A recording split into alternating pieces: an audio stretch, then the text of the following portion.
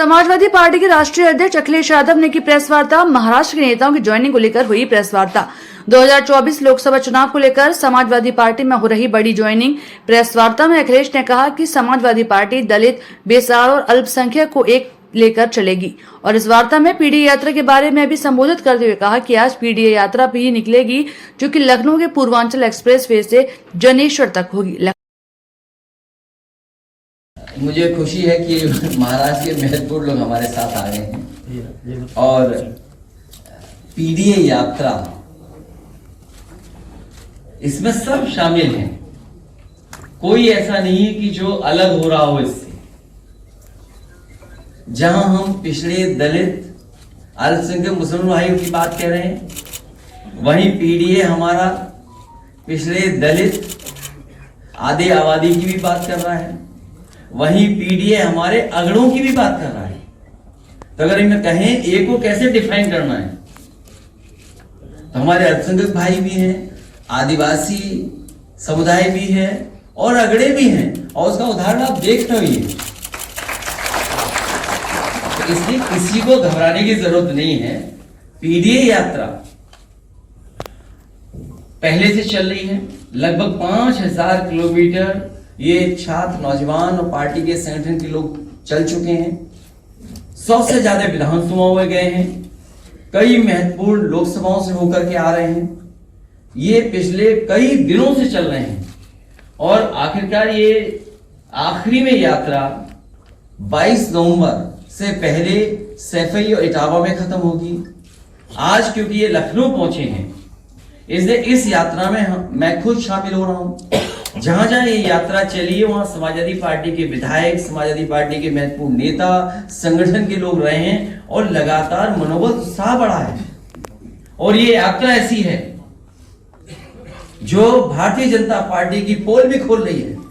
और जिन मुद्दों को लेकर के हम निकले हैं, सामाजिक न्याय करके, किसी छोटे अधिकारी को सजा दे करके, डॉक्टर पे आरोप लगा करके समस्या का समाधान नहीं हो सकता।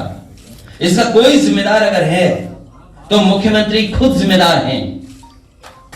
मुख्यमंत्री खुद जिम्मेदार हैं और डबल इंजन की सरकार जिम्मेदार है, बीजेपी के लोग जिम्मेदार हैं। आखिरकार उन्होंने पर्याप्त बजट क्यों नहीं दिया अस्पताल को?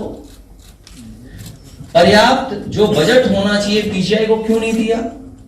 या जो आपके अस्पताल हैं उसको क्यों नहीं दिया? इसी प्रेस में मैंने एक बार आपके सामने सवाल किया था और मैंने पढ़ा अखबारों में, बहुत कम अखबारों ने वो बात लिखी थी जो मैंने कही थी कि अगर एक भी जिला अस्पताल भारतीय जनता पार्टी की सरकार में बना हो जिसमें गरीब को इलाज मिल जाए, वो अस्पताल हमें बता दे। वो एक भी सरकारी अस्पताल इनकी सरकार में बना हो जिसमें गरीब का इलाज हो रहा हो तो बता दो हमें आप।